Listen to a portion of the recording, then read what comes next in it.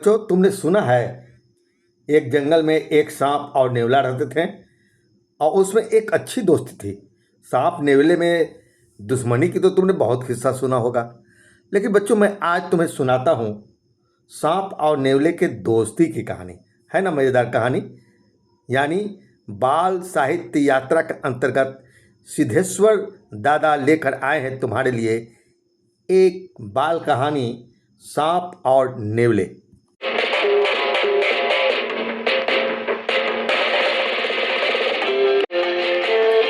बाल साहित्य यात्रा।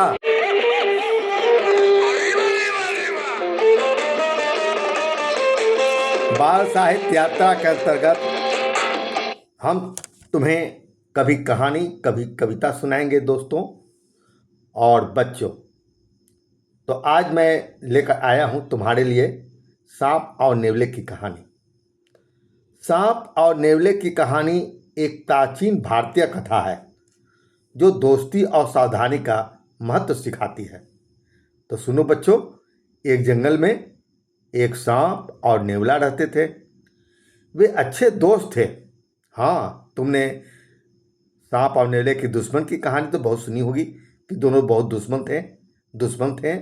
लेकिन मैं तुम्हें दोस्त की कहानी सुना रहा हूँ, सांप और नेवला के दोस्ती की कहानी। तो सांप और नेवला वे अच्छे दोस्त थे और हमेशा साथ रहते थे। एक दिन जब नेवला अपने दोस्त सांप से मिलने गया तो उसने उसे एक बड़े पत्थर के नीचे दबा हुआ पाया। नेवले ने सांप को बचाया और उसकी जान बच गई। कुछ दिनों के बाद नेवला फिर से अपने दोस्त सांप से मिलने गया। वह तो पहले डर गया था कि कहीं दोनों भाई फिर दुश्मनी ना हो जाए, झगड़ा ना हो जाए, कहीं सांप उसे डसने तो नहीं आया है, सांप उसे काटने तो नहीं आया है। और सांप उधर डर रहा था कि कहीं नेवला उसे आज फिर ना जान मार दे। दोनों डरे हुए थे। लेकिन नेवला फिर से अपने दोस्त सांप से मिलने गया। जब वह सांप के बिल के पास पहुंचा तो वह दिखता क्या है कि सांप का मुंह खून से सना हुआ था। नेवले ने सोचा कि सांप ने किसी जानवर को मारा होगा और वह गुस्से में आ गया।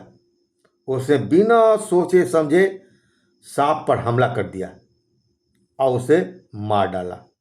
ओह, बाद में जानते हो, जब नेवला सांप के बिल में गया तो उसने क्या देखा? हाँ दोस्तों, अचानक बिना सोचे समझे किसी पर आक्रमण कभी नहीं करना चाहिए। जब नेवला सांप के बिल में गया तो उसने देखा कि सांप ने एक जहरीले कीड़े को मारा था और उसका खून उसके मुंह पर लगा हुआ था। नेवले को अपनी गलती का बहुत एहसास हुआ और उसने अपने दोस्त की मौत पर बहुत शोक मनाया। वह रोने लगा और कहा कि दोस्त, मुझे माफ़ कर दो। मैं तो समझा कि तुम किसी को मार कर आए हो और तुम मुझे भी मार दोगे, इसीलिए मैंने तुम्हें मार दिया। मैं तुम्हें दुश्मन समझ कर मार दिया, लेकिन तुम तो दोस्त थे। तुम तो हमें बचाने के लिए उस कीड़े को मार दिए थे और उसी कीड़े के खून तुम्हारे मुंह पर लगा हुआ था, जिसे देखकर मैं समझा कि तुम दुश्मन हो और तुम मुझे मारने आए हो। लेकिन मैं जब सच्चाई जाना तो सचमुच मुझे बहुत अफसोस हो रही है और मुझे इस अफसोस का खमियाजा मैं कैसे भुगतूं मैं समझ नहीं पा रहा। दोस्त, मैं अब बिना समझे बुझे अब किसी पर आक्रमण नहीं करूंगा।